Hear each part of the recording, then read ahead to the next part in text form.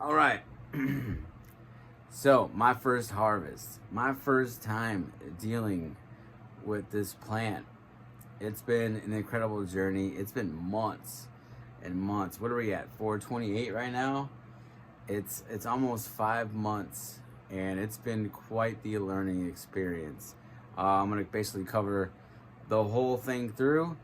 January 2nd, I was given 4 clones, and they were amazing. They're all in good shape. I'll show a picture here on the screen, and it was great. I was excited. Before that, like I think even a week before that, I didn't even know you could grow in Minnesota. You know what I mean? So I had no idea. Thankfully, Felipe came by, and he was like, "Yeah," he's like, "I've been growing, for about a year and a half," and I was like, "No way, that's so cool." So Felipe hooked me up with some plants and some other goodies, a light, and kind of did help get me started. About 2-3 weeks later, gave me 4 more plants, so I'm at 8, right? And 8's our limit here in Minnesota as of right now. So I had 4 clones, and then I had 4, I guess, from seed plants. I don't know. What do you say? I know when you say clones, it's like cool, it makes sense. But then what do you call the regular ones? But I guess from seed, I don't know. But anyway, so the clones were Skywalker and Bluebonnet, or are, and the seeded ones were called Serious Willies. So I don't know if the Serious Willies will be around after this or whatnot. But yeah, I got those plants, and everything was cool at first when I had my clones. But when the Serious Willies came in, one or more of them came with some thrips. So almost 2-3 weeks in, I'm starting to see little bites on the leaves, and I'll show a picture here if I can find one. But they were starting to eat my plants, and I'm learning all these things off YouTube, and I'm like, oh, that looks like it's a bug situation. So sure enough, I had Felipe come through, and we used his magnification scope to kind of, to see some bugs. And I did see one bug with his deal there. And even before he came over, I'd seen a bug. It was like just a skinny, a few, I guess, centimeters long. Just a real small bug. You'd almost miss it, but thankfully they do grow to a size where you can see at some point. So anyway, so I got thrips. It's basically neem oil. Like almost every 3rd day, 4th day. In between, sometimes I'm doing like a soap thing instead. I have to look at. I'll put a picture of what I was using there too. Some rosemary and some different things, just kind of mixing it up. But I think the neem oil was the thing that actually took care of it, the problem. And that was a learning experience too. Just spraying down the neem oil. I'm wearing a mask. Wearing eye protection and things like that. Stuff I'm used to with my trade. I paint, so I'm always wearing some kind of, basically PPE or whatever. But anyway, did the whole 10 days of treating and getting rid of the thrips. So basically, you want to keep on treating with neem oil until like the eggs and the bugs that are actually not, whatever. Basically, you want to keep treating to break the cycle on the thrips, and I was able to do that. And that's cool, because it's like, that could almost be a battle you lose. So thankfully, I won the bug battle there. Fast forward, plants are getting bigger. The ones that were from seed looked more mature than my clones. So I went ahead and flipped those ones to flower once I thought those were ready. And that was really cool. That was a learning experience too, just seeing how like putting the plant on 12-12 started that reaction for the plant to grow flowers. Now these were Serious Willies that were from seed, and they weren't feminized. So basically what that means is some of them could have been males and some of them could have been females. And one of them did actually happen to be a male. So I'll put a picture here if I can find it. But the male, you know, just seeing that for the first time was pretty cool. Even though, you know, to be honest, I was okay with losing 1 to 2 plants, you know. And if I lost more than that because there were 3 or 4 males, you know, so be it. It is what it is. But thankfully only one was a male. But seeing that for the first time was really cool. You know, it was kind of like, hey, you know, there's bananas there. So, you know, some people call them nuts or whatever or something. But yeah, there was just some nanners there, and obviously I had to get rid of that one. So I was checking them almost every day, so I caught it early, and it didn't have a chance to, like, you know, pollinate or whatever, get the females to give off seeds or whatnot. But yeah, also with that first flowering, I got some gnats, you know. So gnats came through. That was kind of a roller coaster because I'm like, oh, these are in flower, so I used as many sticky traps as I could. I cranked the fan up to be the oscillating fan to blow a little harder because they're not known as being good flyers, you know, or like they're really light, so like wind just kind of blows them around. And I think the traps in the oscillating fan with the wind took care of a lot of them. But you know, there was a point in a video I said, oh, you know, I only saw like 1 bug, like I'm good, like I've won this bug battle. I ignored the plants for a few days and came back, and there was a bunch of gnats. Like there was like 20, you know. So I was like, all right, apparently I haven't won this battle yet. So I got to try some diatomaceous earth.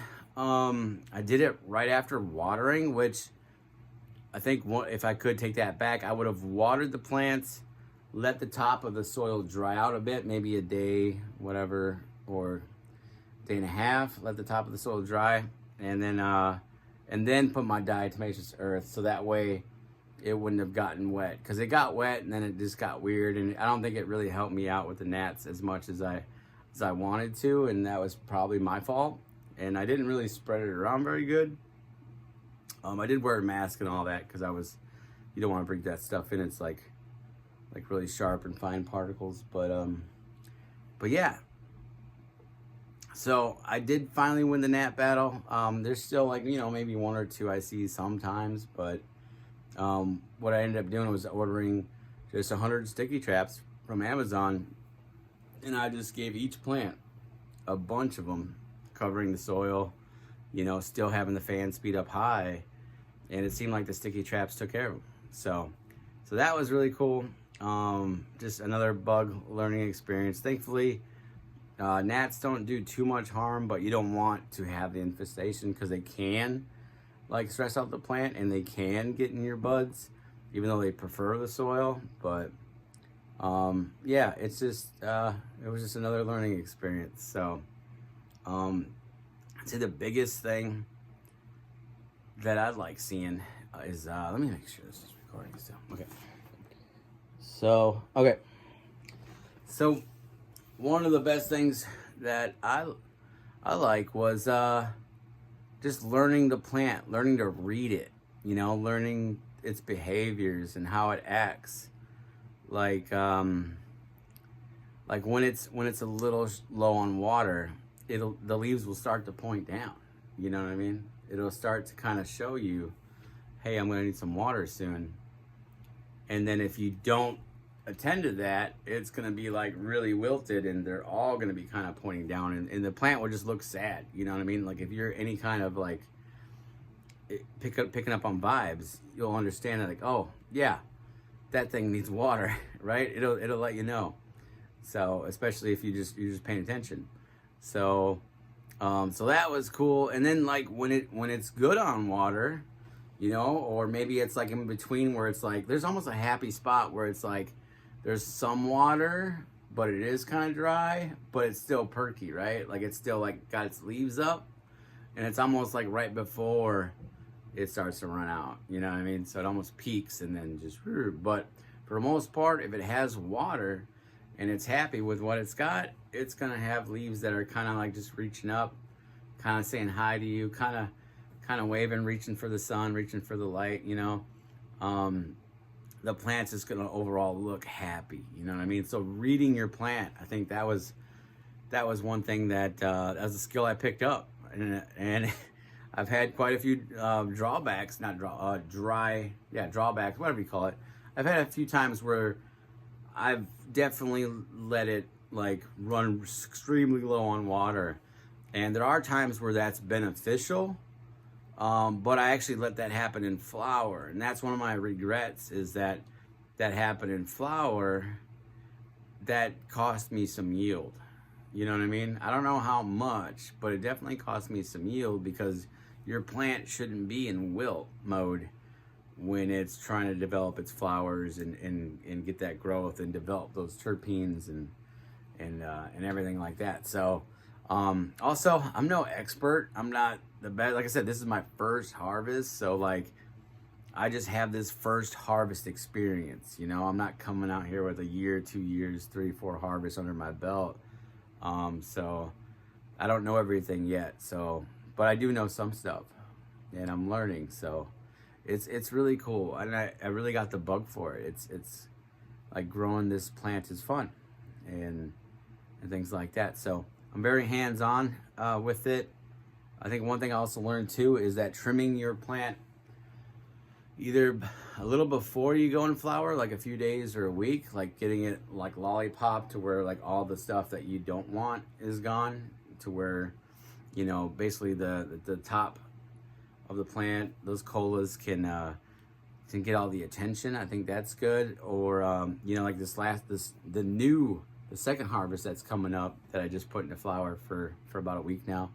I trimmed that right after I put it in flower, but I did it early. Now the first harvest, I had trimmed it probably midway through better. Like I had trimmed it some, and then I was like, oh, like I started to learn like, oh yeah, the down here, you're not getting the light as opposed to up here. So like I got to see what really was important to keep and what was important to cut.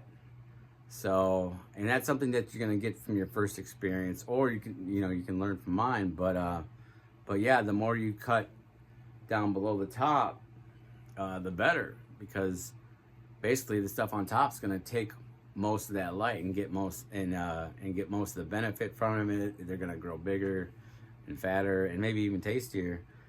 But yeah, learning that, you know, cutting most of that crap off early, definitely a good thing. So then the plant can focus on flowering majority of the way through those 8 to 11 weeks of flower time or whatever you have. But that'd be the next thing, is just patience, right? Like yeah, I got a long veg time on the ones currently. I mean, it's almost 5 months. It doesn't have to be that long. But those had to wait because I can only flower 4 at a time, you know? So then just waiting for like the flowers to fully develop, you know, checking with the jeweler's loop and seeing like, oh, how do the trichomes look? Are they clear? If they're clear, that's cool, but you know, you want them cloudy, and then you want a little bit of amber. So like that, I don't know what percentage of amber you want. I was listening to Felipe on that. So, but when I saw, I forget the percentage, I think it was like 15, 20% or something like that, maybe 10. Once it looked ready, we basically cut them. And it was cool to see the cloudy little trichomes. It was cool to see the brown ones, or whatever, the amber trichomes, and to see that, then to cut the plant. Like the plant, those, at least from seed, that meristem, that basically that middle stem from a seed, is really thick. And it was like, what to cut that with? Because I have, let me go grab them. I was gonna clean them too while I was talking. But, you know, I have a bunch of scissors, you know. Most of them are these little like $1 dollar store ones, or $1.25, $1.50, you know.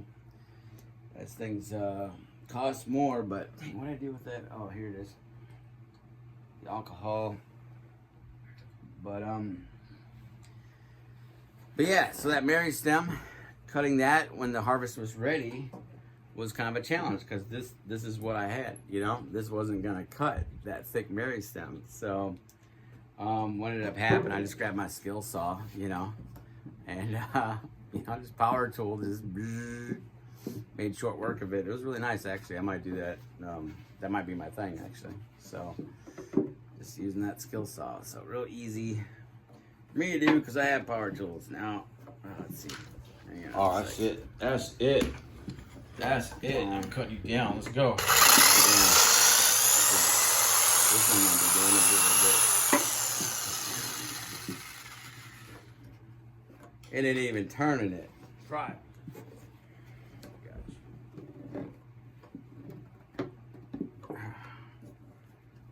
I forgot about pliers. Anyway, all right.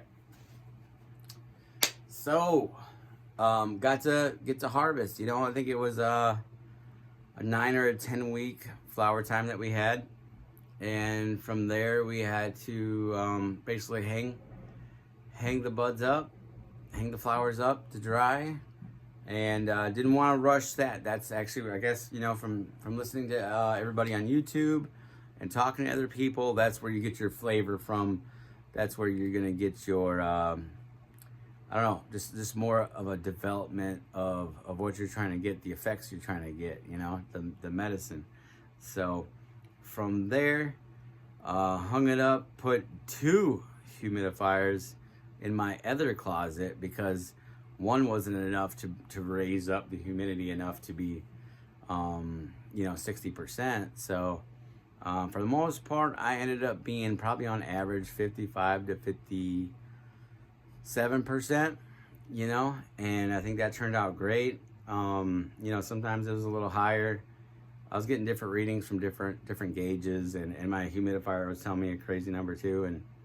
But for the most part, it was 60-60 in the closet, or 60-57, you know, roughly, and things turned out great. So ones that I've tried to, you know, basically try to get a sample, like you want to test your goods, right? So one was cut a little early and hung up, and then it was tried and tested a little early, and the taste and the flavor wasn't quite there. The smells weren't quite there. All the other, most of it, I just let stay in the closet and just cure and dry. So I probably had, I say a 2 week dry time, drying, curing. The one that I kind of cut up one a little early. That one had to have the jars burped quite often because it was getting like 65% and higher in the jar. So, but other than that, like the jarring stuff went great. So anyway, I'm still like burping some jars, just giving them some fresh air. And I'll show you these here in a second. But no, everything's been cool. Everything's been great. I've even, you know, now that my second harvest is starting the flowering stage, I've popped some seeds. You know, we're still at, let's see, how many plants am I at? I'm at 1, 2, 3, 4, 5, 6, 7, 8. So I got 3 that are flowering right now. I got 3 that are like little seedlings. I don't even know if these count as plants yet because they're, you know, they could easily just like not make it as well, right? And then I got my clone plant. So yeah, 3 in the flowering stage, 3 in the sapling seed stage-ish. And then I got 1 clone and then 1 massive clone in a 10-gallon container. So I've also ran multiple tests too. So not all the tests that I wanted to do have stuck around because I was just kind of like, meh, right? Like there's a whole bunch of tests I want to do, but some of them I actually did do. Topping. Oh, this was like some of the best experience right here. Topping and cropping and super cropping and all that stuff. That stuff is amazing. Like the plant is so hardy. It's a hardy plant. It is kind of hard to kill. I mean, other than like if you don't water it, right? But it is a very hardy plant. It's crazy. You can like take a stick, or not a stick. Take a branch. You can take the main stem. You can bend it. You can actually like even like snap it in certain ways, and it'll bounce back, and it actually will bounce back stronger. So it's such a weird plant in that way. I know there's other plants that do that as well, but it's a hardy plant, and you're able to do some cool things to it. One of them is topping, where you take the initial top off, And then instead of just one, giant, cola, you're getting like 4. So you go from like 1 to 4. I think with just one topping, or is it 1 to 2? It might be 1 to 2, 2 to 4, but whatever. But I actually did one test all the way through, and this was my longest test. Oh, that's actually backwards. Fix that. But I had 4 plants, 4 serious willies. All of them got topped but one. And they all got treated the same. Aside from that. So they all got the same newts, the same water. I measure my water like, all right, you're all getting 20 ounces, right? And then if there's more, then whatever's left, I'll divide that up too, out of the gallon. So I feed from gallons into a measuring, basically a sport drink bottle. But I can show you that later. Anyway, so the test, this is without topping. It was about 15 G's on the scale. I know that wasn't like the most, even if like you don't top, you can get more than that. I averaged about it a little under an ounce per plant. One of them was over an ounce. It was like 31, which was this one. But it's been picked from a little bit now. But yeah, the difference between topping and not topping is this, it's basically double. So, if you got a state that's got some limits on how many plants you can have, then topping is probably the way to go, and if you don't care and you want it just simple and you don't want to mess with the plant too much, then don't top, but you're going to get less product more than likely. So, for me, I'm topping, I've seen the evidence. It's fun, it's cool. Like it doesn't even take that long, like really just a couple minutes, if that. Not even per plant. I can probably do like all my plants in a couple minutes. So anyway, topping's cool, super cropping's cool. What else have I learned? I've learned a lot. There's just been so much. One thing I'm not the best at is like maintaining, a like really, like amazing environment. Like my environment tends to get pretty chaotic pretty fast. Like I'll clean it and then it's like just chaos. I think that's one thing I want to do better, is just maintain a cleaner environment for the plant, because they can't get sick from certain things. Like there's whatever, you see these guys in these grows and they'll wipe down the walls, after each harvest or after each every time they get all the plants out, or maybe even periodically.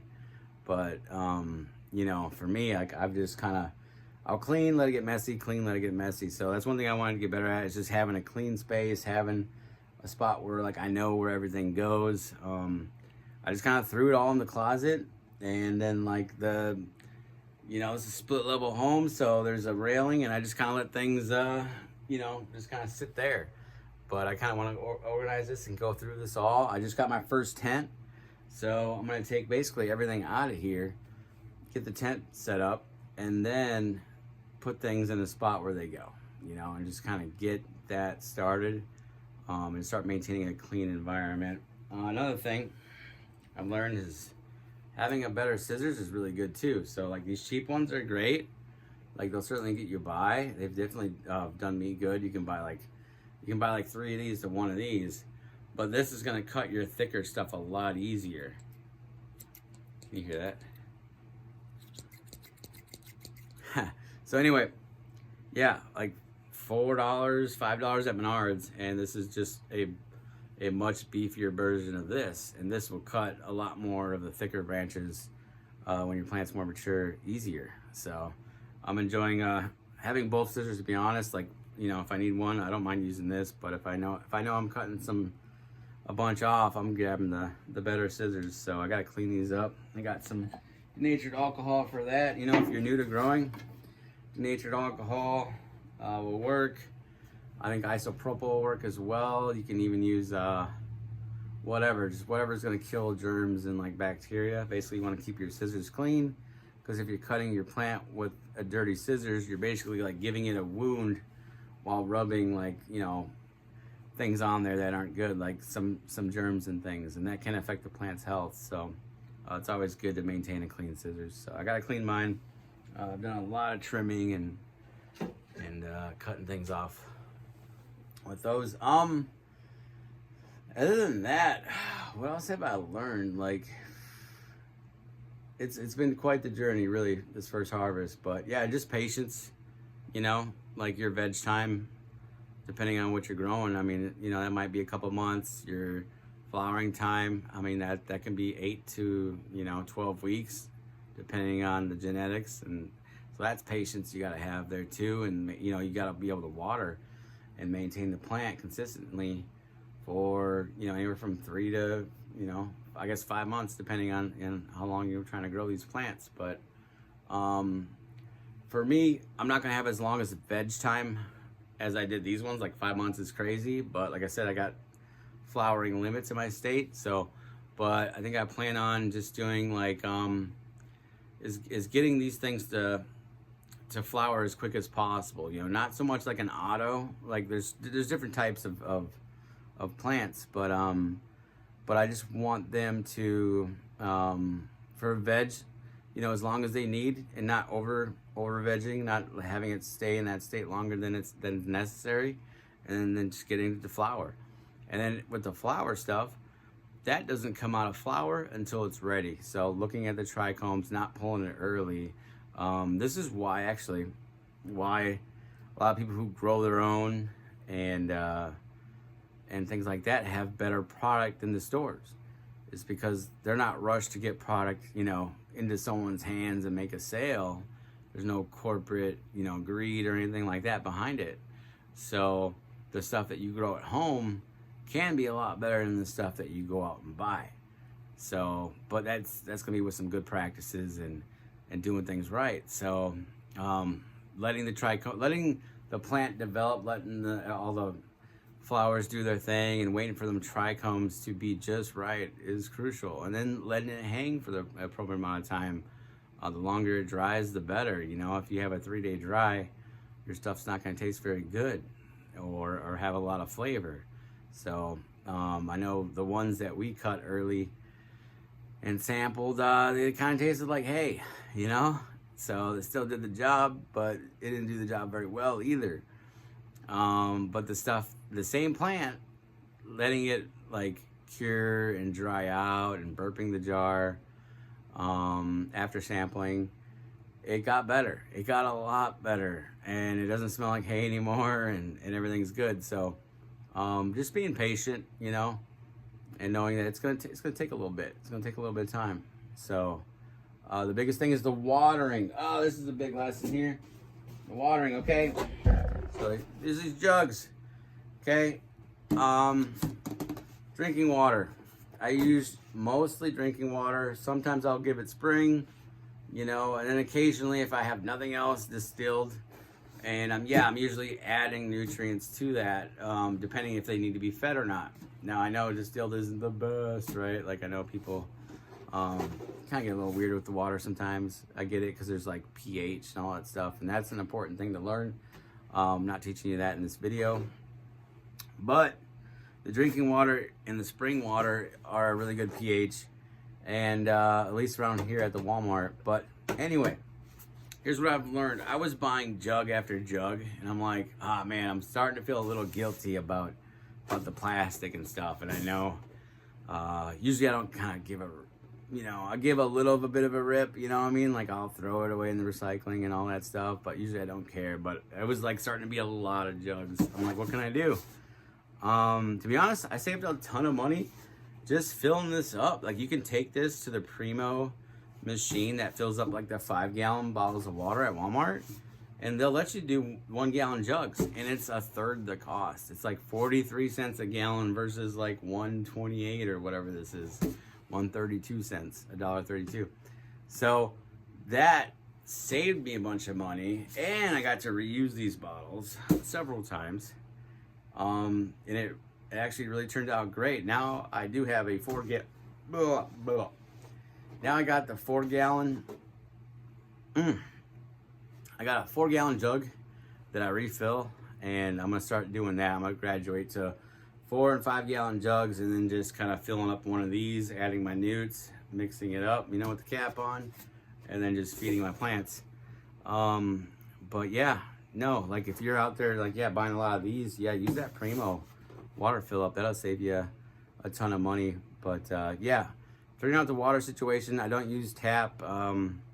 You know, I live somewhere where 3M also resides, and they did kind of pollute our water a bit. Yeah, it's safe to drink and all that stuff, but nah, it's okay. Less is more, you know what I mean? So as few of the forever chemicals as I can get, the better. And the same for my plants. So I don't give them tap water. Tap water is at least 300 to 400 parts per million already. So then that doesn't leave me much room for my nutrients, right? So I just use yeah. Anyway, so I just use the drinking water. I add my nutrients to that, and I feed my plants. They don't have to get nutrients all the time, at least, you know, from what I've experienced. But it's like nutrients, water, nutrients, you know, like it just depends. So, I just kind of look at the plant. The plant will also tell you, learning to read your plant, you know, like, hey, you know what? These things are looking a different shade of green. You know, maybe they could use some nitrogen.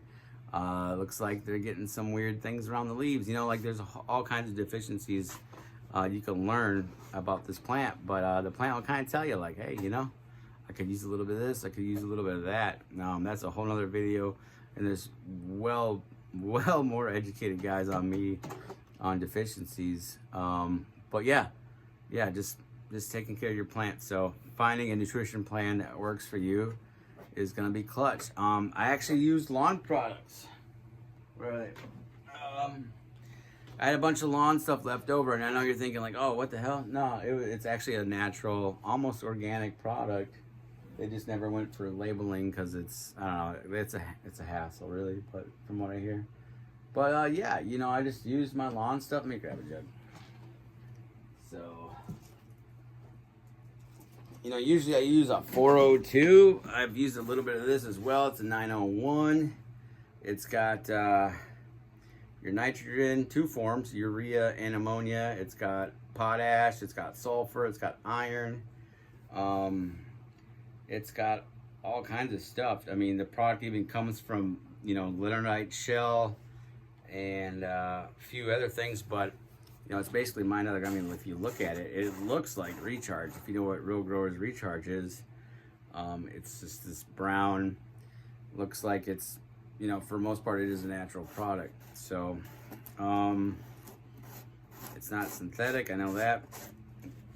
And yeah, figuring out which way you want to go, synthetic, organic. For me, since I had the lawn stuff that was natural, that I trust, you know, for my dog, and my dog's out there, you know, he's not, you know, maybe they're tracking in a little bit, maybe not. You know, I've always liked the liquid newts because you could spray it on a hot day and it's going to dry up fairly quickly, and you're just not going to have a bunch of granular things laying around or powders or things like that. You know, it's just going to absorb in leaf tissue, or, you know, for most part, I like to spray my nutrients and just water them in. So I was okay using this stuff in my flowers, and they turned out okay. They weren't that wasn't the most amazing harvest, right? Like a little under an ounce. Like you could certainly get way bigger. I know Felipe was like about 1.5 ounces, you know, per plant, and I've heard of people getting like 2 to 4 per plant. So I definitely got a bunch of yield to unlock, but I don't want to do that at the sacrifice of flavor either. But why wasn't mine over you know, 1 ounce or at 1.5 ounces per plant? And I think because when I let it dry back, when I let the plants dry out when they're mid-flower, I think I lost a bunch of yield there. I know when I was treating early on with this stuff, I wasn't giving it a lot because I was kind of afraid to overdo it. So I wasn't giving the plant nearly what it could have. And I know that held some yield back from the table as well. So, and then just the environment. Like I have a closet and I had the bathroom, right? So The light, yeah, I could have more lighting.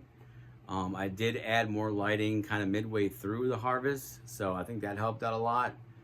And then just having like an exhaust or something to bring in fresh air, because the exhaust would pull fresh air in, right? You know, because it's gotta have it, you know, draw from somewhere. So now that I got my tent, I think that's gonna handle a lot of that. I'm fully expecting these 5-month clones to actually produce a lot, and I'm doing better practices going into flower this time. Like I said, like trimming it, a lot of the lower stuff that I know isn't gonna get the best light or turn it out to be like some of the biggest stuff. So I just have these things lollipopped really good. I'll show that on the screen. I certainly could cough more, but so far, yeah, I'm pretty happy. You know, it was quite the harvest. You know, from start to finish. First one's under the belt. I am thrilled. I am excited. I'm so excited about the next one. I'm excited. I got my tent. This room, you saw this room. Here, look at it. Can we spin it around again? Look, it's not great. And if I showed you the floor, it's even worse, okay? But yeah. So we went the wrong way. All right. So we got some things to do. Basically from here, I'm gonna shut down this video. I'm gonna empty this room out, clean it, organize things where I want them to go. Although I'll probably build the tent and get that situated first, like get it in place basically, and then just put everything where I want it to go around it. That'll be the next video you're gonna see. That'll be more, probably more edited and cut. This is just like your vlog style. Like I'm really just trying to keep it real. So hopefully this video kind of, hopefully it appeals to you or whatever. But yeah, like the video or don't, you know, whatever. On to the next one, man. I'm so excited for this next harvest. Let me know. Like, where are you at? Like, how many grows have you got under your belt? You know, how are things turning out for you? You know, I'm really just getting started. I've learned a ton, and I'm so glad that I got the community to draw from, whether it's YouTube videos or Felipe and the people that Felipe is learning from. Like, it's just amazing. Like, everyone's just trying to like help each other out, and it's so cool. So I also forgot to tell you, I got a bunch of different seeds. So you're gonna see those come up. That's what the videos we're gonna focus on mainly, is just you know, watching these things develop. I got Northern Lights coming in the mail. Hopefully it's here soon. I got you know, some Minnesota Frost coming up, some Franken Orange coming up. I got those from bpseedco.com. It's a local Minnesota seed distributor. So they got a ton of good seeds. Good gallery too, oh my. But anyway, that's enough for this video. Been talking too much. Peace. Catch you in the next one.